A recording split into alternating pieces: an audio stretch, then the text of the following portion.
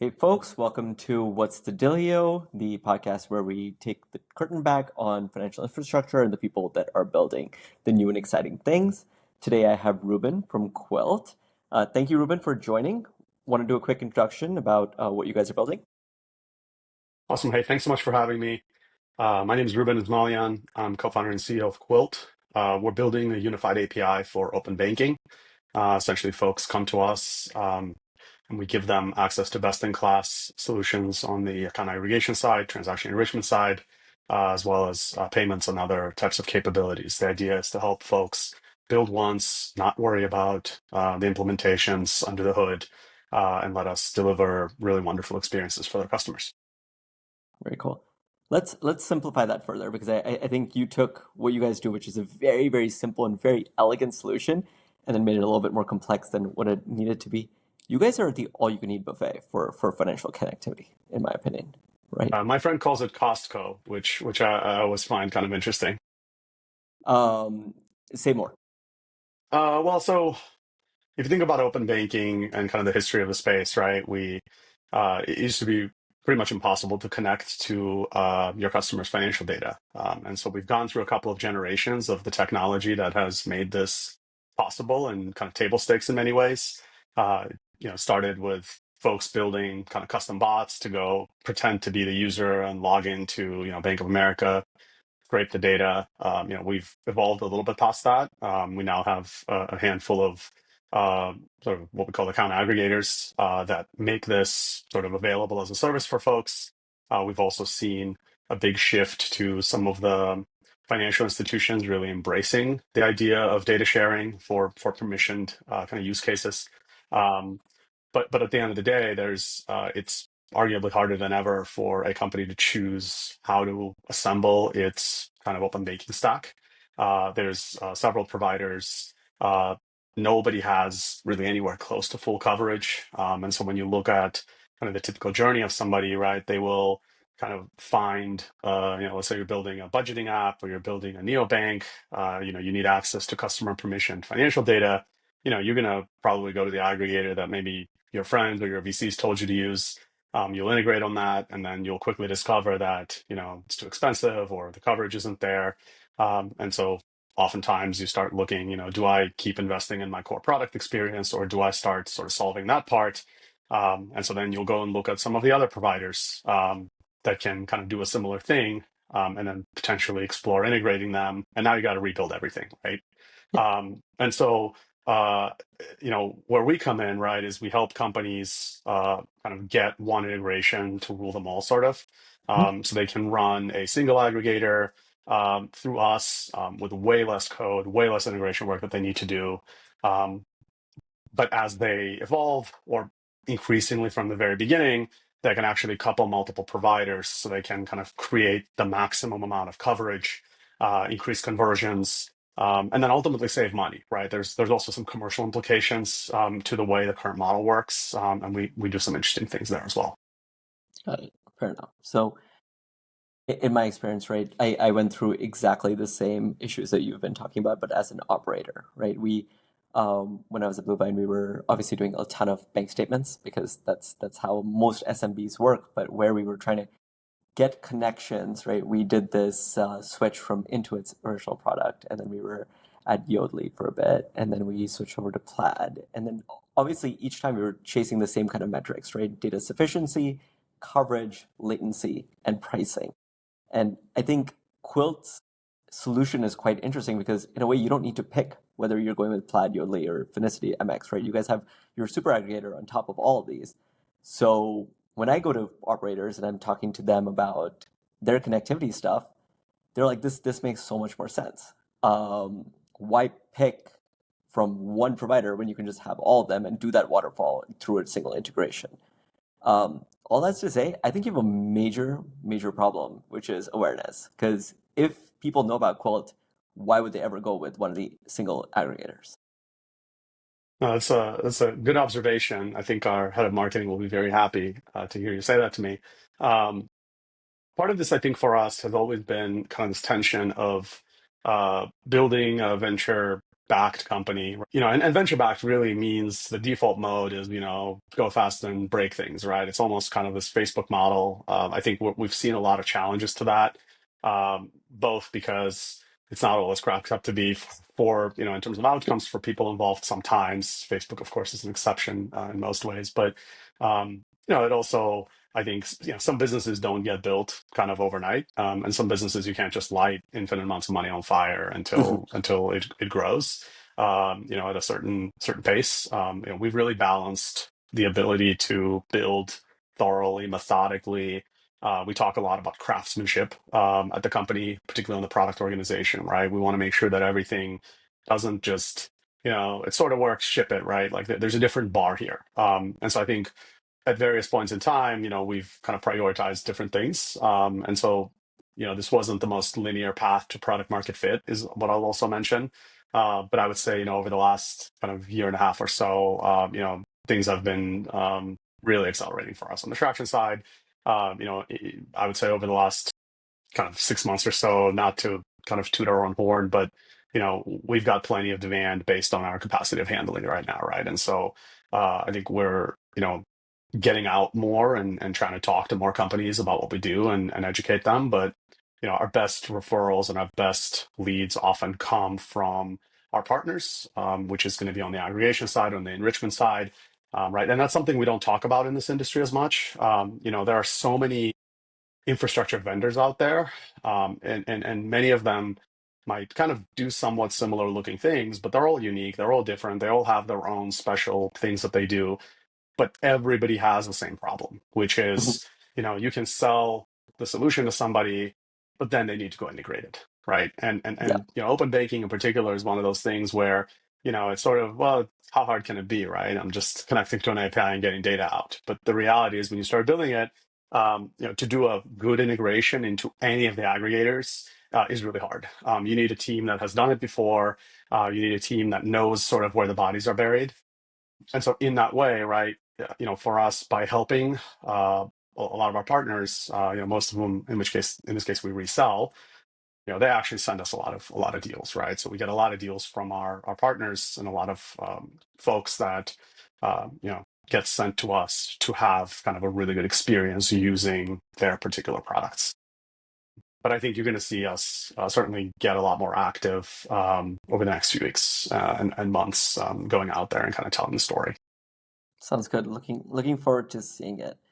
When you say that you're getting a ton of inbound or referrals from your partners, what is the typical kind of like type of fintech or financial institution that they're sending your way? Is there a specific stage that would benefit specifically from Quilt versus just integrating directly with an aggregator? I would say, the big observation that I have, that might be a little bit, I don't want to say spicy, but I think this industry has really kind of moved away in some ways from serving the really early stage builders, right? In a way, sort of everybody talks about wanting them, but nobody wants to deal with them, right? Like, you know, earlier this week, I met a pair of, young guys that are, one of them I think is still in college, the other one just graduated, and they're building something super cool. I think it's amazing, and it's the kind of thing that probably wouldn't have been possible to build until very recently with sort of some of the AI advancements. And they're having a really hard time like getting access, right? They have a registered legal entity, they have money to spend, but they've been kind of going in some ways from aggregator to aggregator, trying to find somebody that can kind of like wants their business. And I think part of this is uh, as the ecosystem, sort of the Plaids, the Amexes, the Finicys of this world, right, have all become relatively mature companies at this point. They're increasingly shifting their sales attention to the larger customers, and so we often get companies that are either small, and like early stage startups, or look small but actually aren't small, right? So somebody that wants to do an experiment, or somebody that might have a really large user base, but they're trying to launch something new for the first time, and they'll bulk at a $10,000 minimum or something like that, right? They will want to dip their toe in the water, test this out. Uh, and I think in many ways our developer experience, I think often wins the day too. Our integration model is such where there's usually a lot less work you have to do to integrate, because we abstract away a lot of the stuff that would need to be code that you write. Mhm. And so usually I would say it's startups, but it's increasingly some really large companies. We recently signed a company with a very very household name type company that actually came from one of our referrals, because that made the most sense, from sort of how the deal originated. Uh, makes sense to me. I don't know. I actually think that you guys are almost better suited for like the large enterprises because they're the ones who are most commitment phobic, right? Because when they're asked to come in and do deals, it'll be 3, 4 years and they're stuck with a single aggregator. But if the coverage or the data sufficiency isn't improving, then really they start adding to their waterfall. Whereas with you, they don't really have to think about that. For sure, yeah. I think one of the things that we've been very adamant about, really is making sure the product is really ready for prime time. I think as we talk to some of these larger enterprises, right? Because the bar is really high, right? I think there's a lot of choices. The old adage, nobody gets fired for buying IBM. I think that applies very much in fintech. I think that's actually a huge challenge for a lot of sort of upstart infrastructure companies, which is why you see the invariable sort of story, right, of in infrastructure is you've oftentimes you prove yourself on the smaller companies, right? So if you look at Plaid, for example, when Plaid showed up, right, like Yodlee was by and large the only game in town, Mhm. and it was kind of a very enterprise Z sales process to even get sandbox keys, right? And Plaid said, look, we're going to make this possible, so everybody can, like Ruben, can quit his job and start Yeah, building this thing. The future belongs to developers, and they kind of adopted this developer-centric sale, right?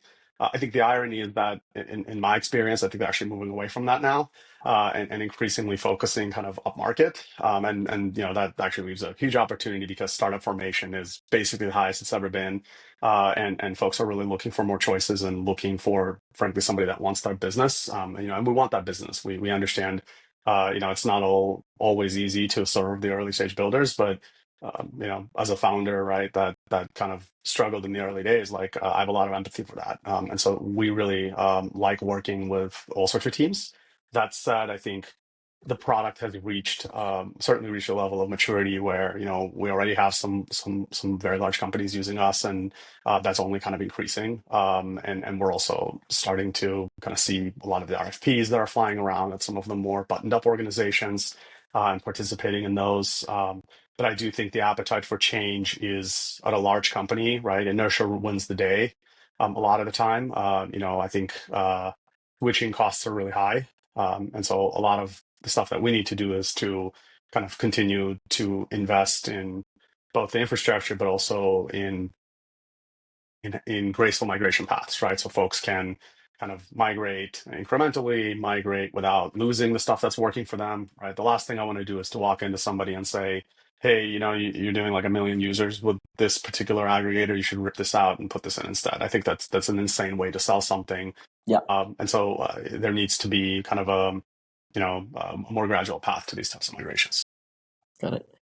I think when I first connected with you over a year ago at this point, you talked about this being your partnership relationships being almost like frenemy-ish, right? Because to a degree they feel that you're cannibalizing their business, but you've argued in the past that it actually expands their pie and allows more people to get into this. Are you seeing any shift in the past year and a half in that behavior? Um, that's a good question. I think I would say frenemy isn't necessarily the right word, but I think there can be some conflicting incentives, right? So at the end of the day, like I think no business likes the idea of somebody kind of you know commoditizing them, right? And I think commoditization is a bad word, particularly for high margin sort of SaaS type businesses. Um, I think our philosophy has always been that you know we're doing everything we do for the customer. We're trying to offer a better experience for folks, and people want this, right? People want an easier way to integrate with these types of services. On the other side, uh, our philosophy has always been, to really serve as a really effective distribution channel with our partners. And I would say those partners where we've been able to build a sort of a strong, frankly, human to human relationship. Those partnerships tend to are the healthiest and best partnerships and most productive partnerships that we have. But at this point, I think we've figured out a good cadence and a good balance to make sure that, we're an open book. I've never really hidden from any of our partners what we do, how our product works. Anytime I visit with somebody, I'll sit down and show them how it works, and even how it works like alongside a company that they might compete with, right? Because ultimately, every one of these companies, no matter what they say, are hearing the same thing, right? We want more interoperability. We want to be able to pair and use best-in-class solutions across the stack. I think the one of the big philosophical shifts that's happening in this industry right now, not to name any too many names, but I think there's kind of a philosophy of some companies that you really are trying to like become a walled garden, Mm. where they want to make it really harder for you to use a piece of their service with other types of vendors, because they have another solution now. They're trying to move up the value chain. They're building additional products. Um, but I also think commercially, you have organizations that realize that, locking people in is a temporary way to maybe like win a deal here and there. It does not build sustainable relationships, right? And I think we're definitely seeing that, certainly in the trends with our customers, with our partners, and our philosophy is always, interoperability first, right? We don't want to lock anybody into using Quilt, other than you're going to have a really good experience using it, and you're going to save money using it. But we don't keep your kind of data or connections, right, like locked up and sort of in our system in this way. You can basically take them out and go if you really wanted to. And I think that's builds trust with customers, and certainly is one of the reasons why we've been winning many of the deals we've been winning. Fair enough. Um, where would you say that there are like blind spots today with the current data aggregators? Like where are they failing and Quilt is winning? So I think this has been an industry-wide problem. I think we can improve on this quite a bit through our offering, but the fundamentals are mostly to blame. I think B2B data is a huge problem, right? So we're seeing, so many folks building stuff in the sort of CFO suite, right? You know, basically like a personal finance or type style tooling, but now Yeah. aimed at small businesses, enterprises, and corporates.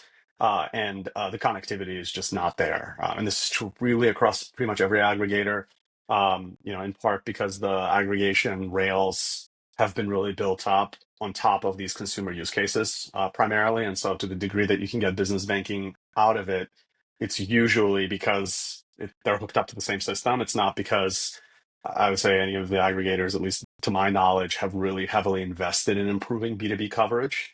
Hmm. Um, and so I think that's an area where we're seeing a lot of success, because if we can effectively kind of cobble together really good connectivity out of a bunch of aggregators that maybe aren't individually strong on that.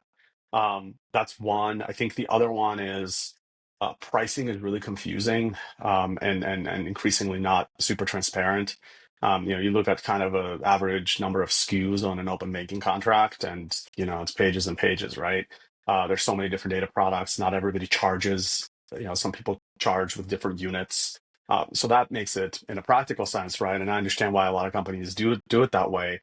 But from a customer's point of view, it's really hard to model out how much this thing is going to cost you. If you're Yeah. just starting out, like as an early stage startup, for example, you need to at least have a general direction into what your unit economics look like.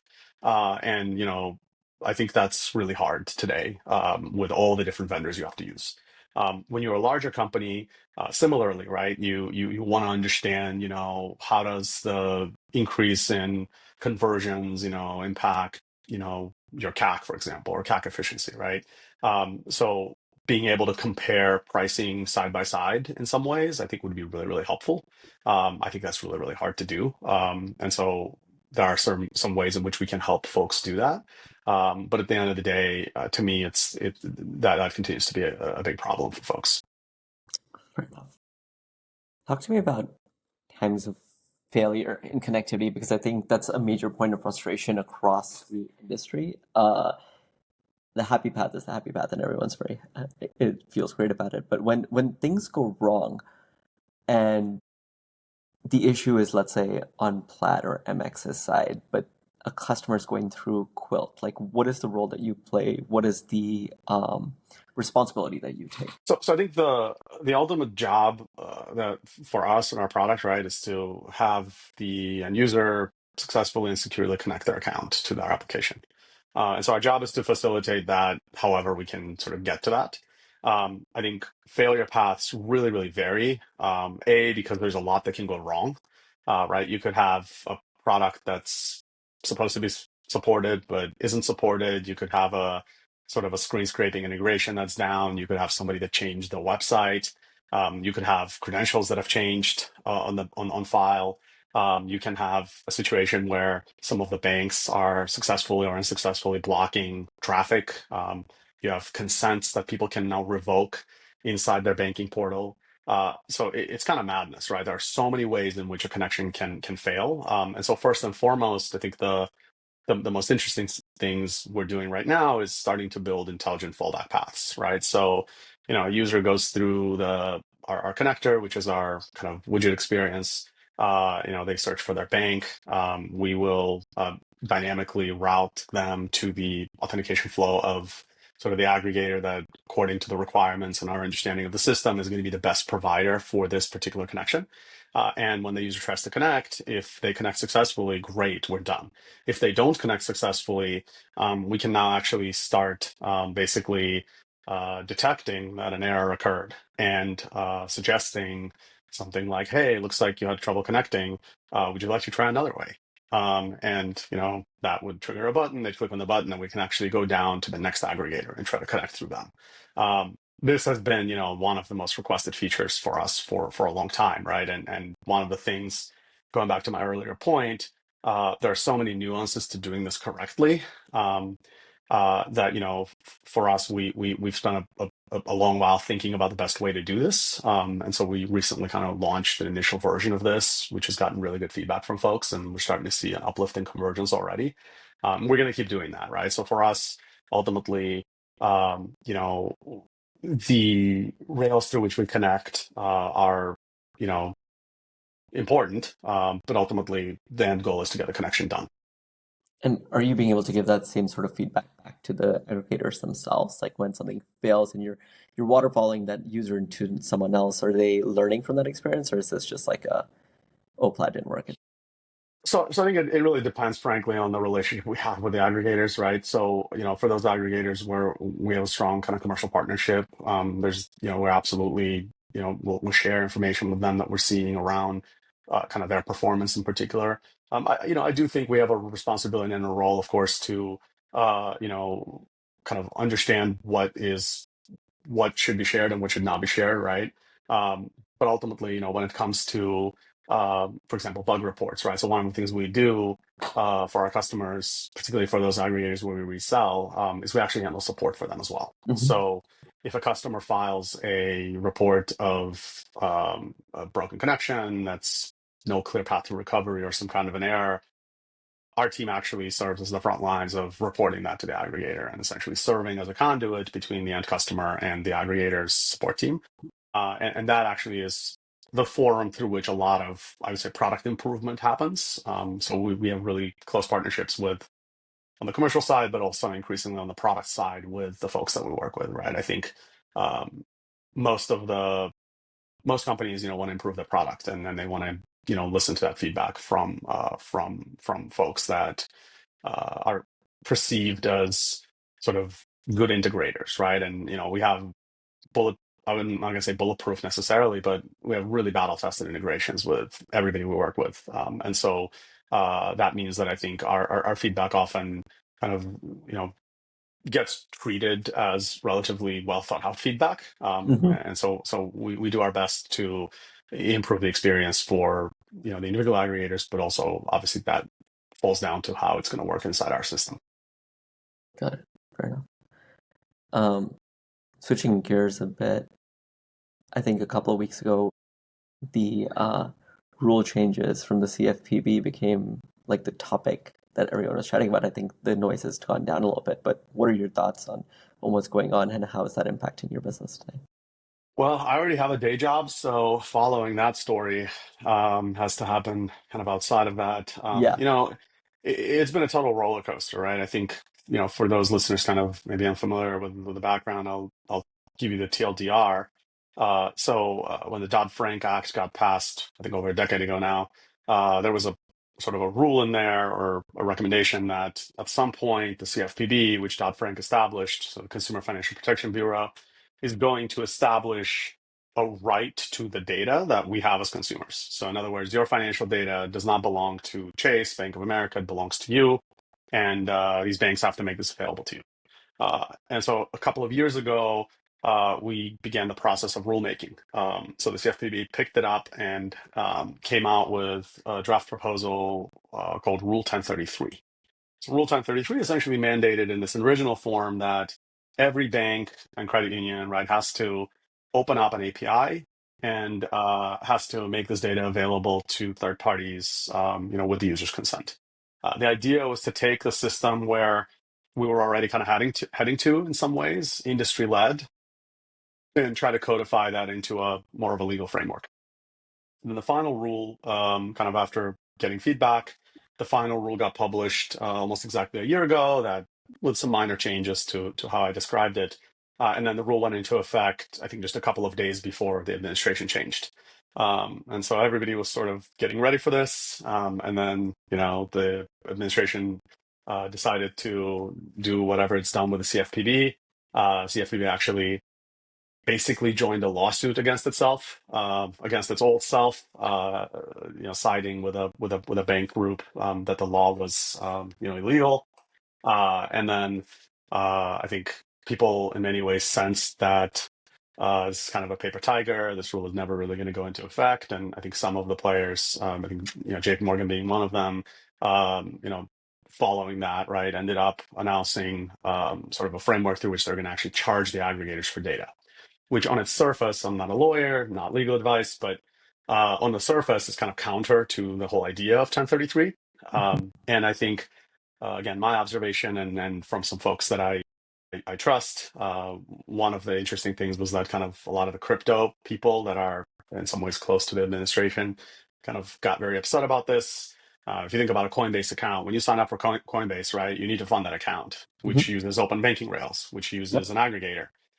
That's going to become more expensive. And so there was a bit of a backlash.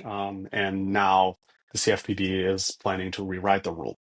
And so I think we're in for this for the next couple of years. And so, my advice to our customers whenever they ask us is kind of pay attention, see what's going on, do right by your customers, follow the general principles outlined in the rule, right? But at the end of the day, keep your heads down and kind of wait until we actually have clarity onto what this is going to look like. Got it. Given that the banks are are threatening to charge, or already starting to charge for this data, are you starting to see that pricing kind of waterfall down into the actual fintechs already, or has it relatively been contained by the aggregators themselves? So I think, well, the only aggregator that, to my knowledge, has agreed to Chase's Yep. pricing is currently Plaid.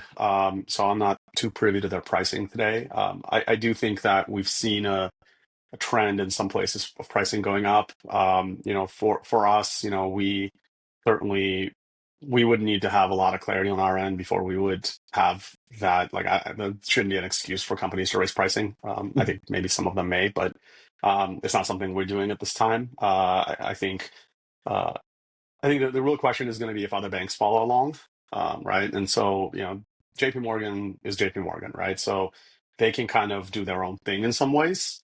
I think when you start looking at the other, top 10, 15 banks, the ones that have really advanced technology teams, and certainly a point of view about this whole thing, I think that's going to really determine if we start to see an increase in pricing across the industry. I also think it's worth noting that the the pricing in question, right, is certainly going to affect different data products differently. So there's some speculation that, one of the reasons why Chase wants to sort of charge for the data is really to sort of around payments use cases, in particular, because that's really the part they care about the most. I think that's the part that 1033 maybe is less detail on than let's say data for a budgeting app. So I think when it comes to verified account information, ACH numbers, I think that's likely going to be the part that may end up increasing in cost, which will, of course, permeate itself through the whole ecosystem, right? That's going to challenge a lot of business models. That's going to really cause a lot of disruption, I think, to how fintech has worked over the last few years. I'm not even necessarily going to say that's a bad thing. I do think that there are, you know, opportunities like this can kind of encourage people to come up with new business models that may be more sustainable than the ones we have today, right? But that's kind of what I have on that. Okay, fair enough. So keeping it on the horizon for now, keeping an eye on it, but not worrying about it immediately. Fair enough. Cool. I would be remiss if I didn't ask about AI and Quilt. So how are you guys thinking about AI in your business, given that it's more of a middleware kind of infrastructure layer? How are you integrating it? Are there agents in your future? Does that even make sense for you? Like, what's going on? Yeah. Yeah, I think, for us, you know, we are using tooling, like many engineering organizations, particularly on the engineering side, right? Starting to kind of understand how we can do more with less, right? Looking at productivity gains with sort of through the daily kind of course of engineering. I think when it comes to, you know, AI writing a lot of production code in Quilt. That does not happen Mhm. in many ways. Uh, you know, because we have a certain sort of process that we are very sort of strictly adhering to in terms of code reviews and in terms of how we sort of assign responsibility for different parts of the product. Um, I think when it comes to agents, there are certainly opportunities for us. We're starting to do some things here around kind of cleaning up more general, like non-financial metadata, right? So we have tens of thousands of institutions in our system. There's no common identifier for an institution across any of the aggregators, right? None of the aggregators, to my knowledge, send you, any FDIC identifiers or anything like that, right? And so for us, starting to map this type of data together, where it replaces human review, I think is super valuable. I think being able to really ahead of a particular connection being made, increase the chances that we are choosing the right provider for this connection, the provider that's more likely to work.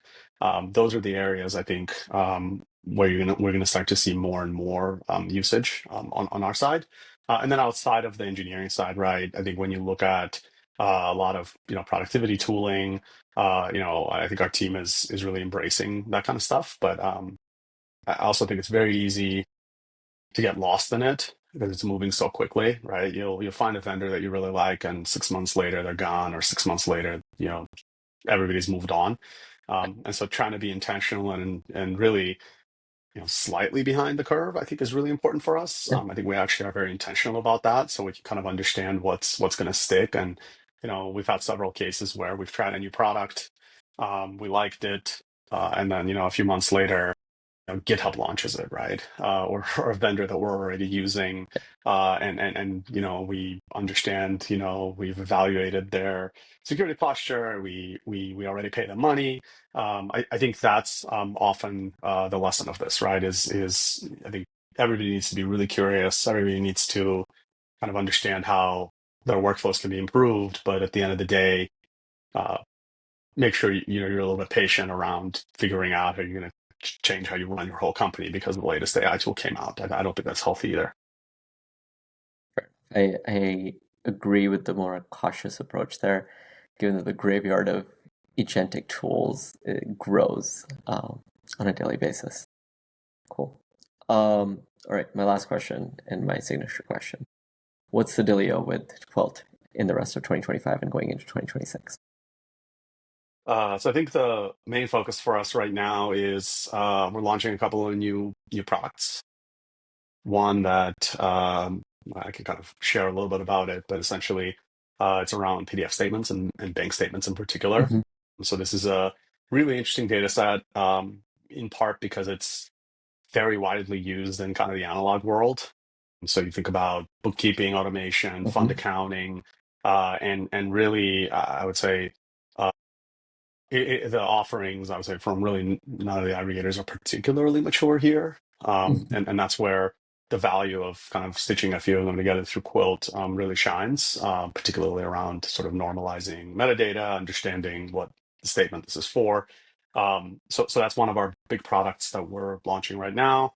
Outside of that, working to add additional enrichment providers. So we have several kind of partnerships we haven't announced yet to kind of increase what people can do with the data, and really expanding really the universe of integrations in our system. I think at this point is healthy thing for us to be doing. And then really, I would say focusing on more analytics, more tooling. We've proven to most of our customers, how much money we save them and how much time we save them. Being able to visualize that, being able to communicate that, being able to, in many ways, um, sort of, more loudly tell the story of, Yeah. why you're having a good experience here, I think Yeah. is something that really a muscle for us to continue developing. Fair enough. I think you should be out there on every mountaintop yelling about how great Quilt is because it Are you really. going to Money 2020? I will be there. Yes, absolutely. Perfect. I'll see you there. Let's pick up the conversation there. Sounds great. Uh, Ruben, thank you so much for all the time today, and congratulations on all the success with Quilt. It's a no-brainer for me, but I can't wait for everyone else to kind of understand exactly where this is going. Love it. Thank you so much for having me. Really enjoyed the conversation, and have a great rest of your day. Thanks.